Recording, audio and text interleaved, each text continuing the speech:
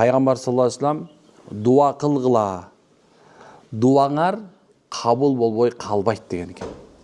Дагы бир жерде дуа момундун куралы деп айткан экен. Дагы бир жерде болсо пайгамбар саллаллаху алейхи вассалам о Алла өзүгөн сурагандардыкын бер деп дуа кылган экен. Кандай пайгамбар сен өзүңөн сурагандарды бер. Эгер пендем мени менен өзүнүн ортосуна эч бирөөнү шерик кылбастан дуа кылса, мен кабыл кылам дейт Алла хадиси куддусида. Демек, машалла, дуа кылуу бул ибадат экен.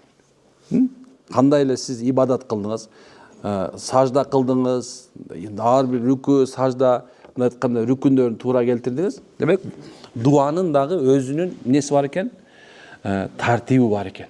Ошо тартиби менен дуа кылсак, биздин дуаларыбызды Алла Таала кабыл кылат экен.